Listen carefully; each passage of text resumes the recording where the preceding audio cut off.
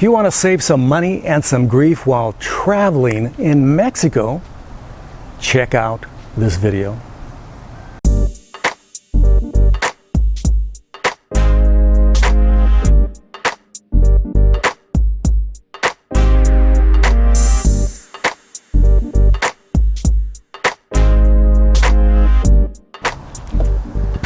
This is Jesus Manuel Menagarza. I hope you're having a fantastic day.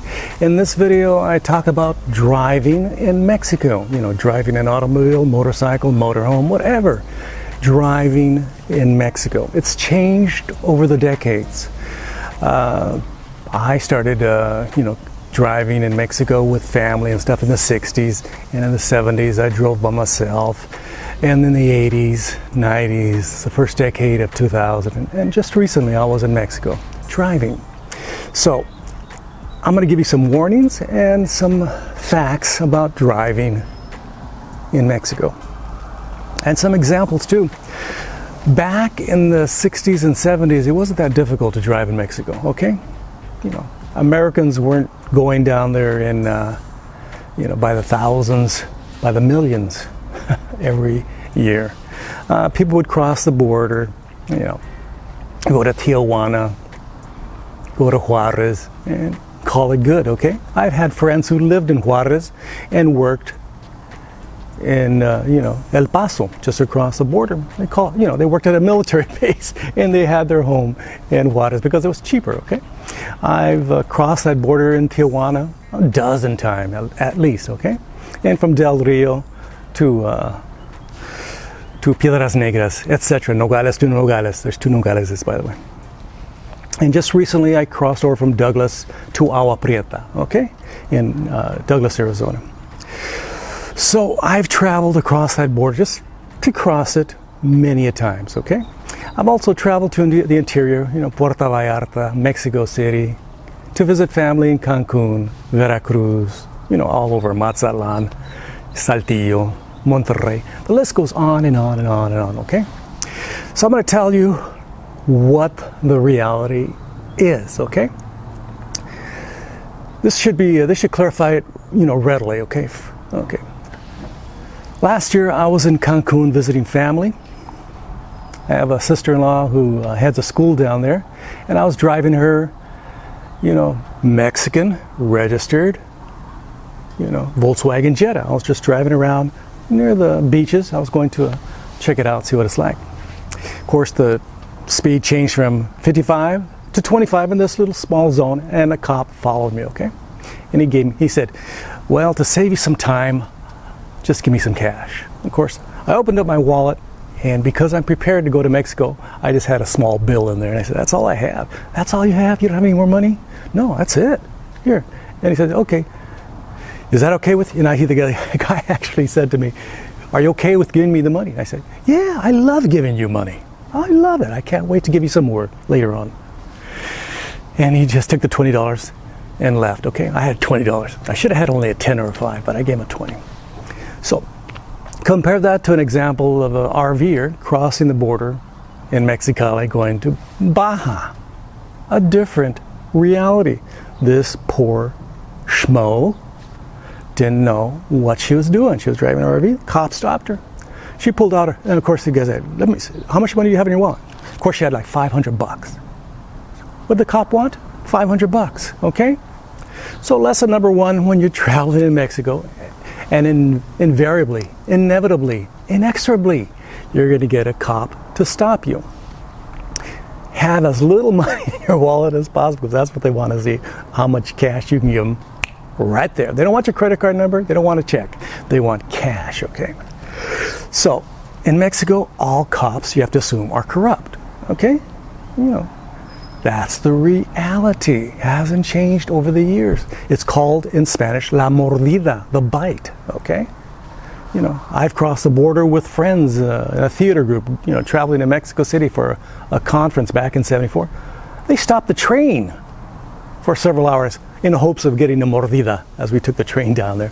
We never gave it to them. They eventually had to go, and we went, to Mexico City on the train. Hundreds of us, okay? So that's the reality in Mexico.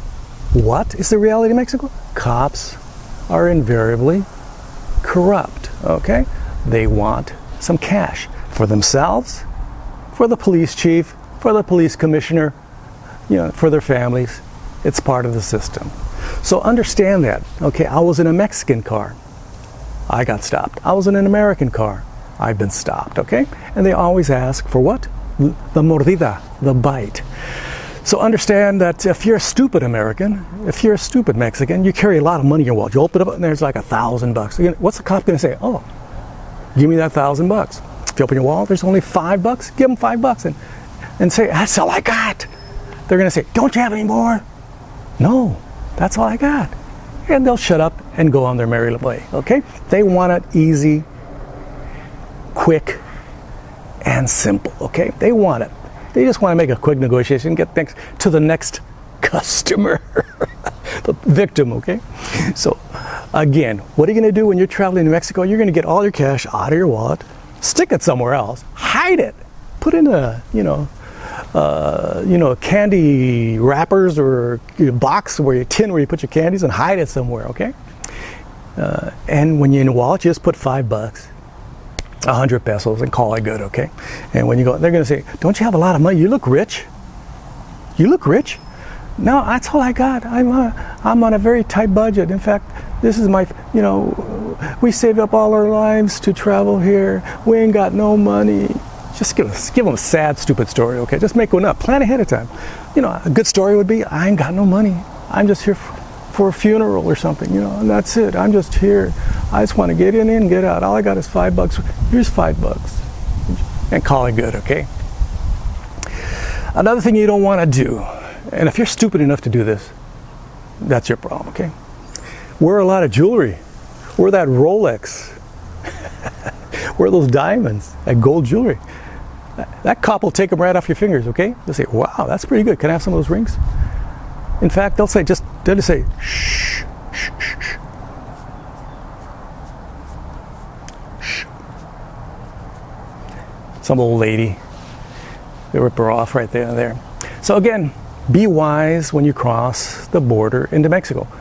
My last trip to Mexico was around Christmas time, just a few months ago. And did I drive a car into Mexico? No.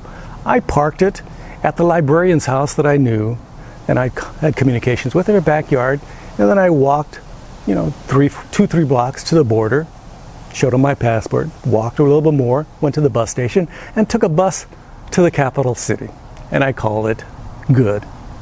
Buses are like airplanes in the United States. That's the way to go, okay? So, and I didn't want to take a car to there. I don't want to get harassed. The minute they see an American license plate, they go, oh, money, money. I can screw with these idiots from the Estados Unidos, okay? So I took a bus to the capital city. I walked around, took some taxis, called it good, okay? What didn't I do? I didn't take my car.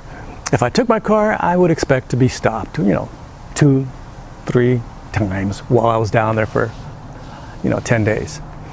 That's the harsh reality. Get used to it, okay? In the United States, of course, we have zero corruption. No, we have zero corruption. That's a joke, by the way. I'm making that up. In the United States, we have corruption too, okay? In Europe, they have corruption. Japan, they have corruption. In China, whoa, they have a lot of corruption. Everywhere you go in the world, there's corruption. Go to Africa, Asia, Europe, all the different continents, there's corruption. Maybe in Antarctica, they're pretty straightforward. I don't know. You have to go down there and check it out. So this has been Jesus Manuel Managarza telling you the truth from my perspective. This is my opinion, okay, of travel in Mexico. If you're going by car, okay, there's going to be some issues. So I would recommend taking a bus, a taxi. And when you take a taxi, you ask ahead of time, of course, how much is it going to cost me to get to the church or to the museum or, to the beach? And they're going to say, $5. Okay, $5. Don't wait till you get to the end. They're going to go, oh, it's $50. Again, why? Because they're trying to make a buck off you. As nice as Mexico is, it's a beautiful place. It's a beautiful place. People got to make a buck, and they're going to make it off you. So again, this has been Jesus Manuel Managarza. Don't forget to like, subscribe, and share. I would greatly, greatly appreciate it. from my backyard in Fort Worth, Texas. Gracias. Adios. Bye-bye.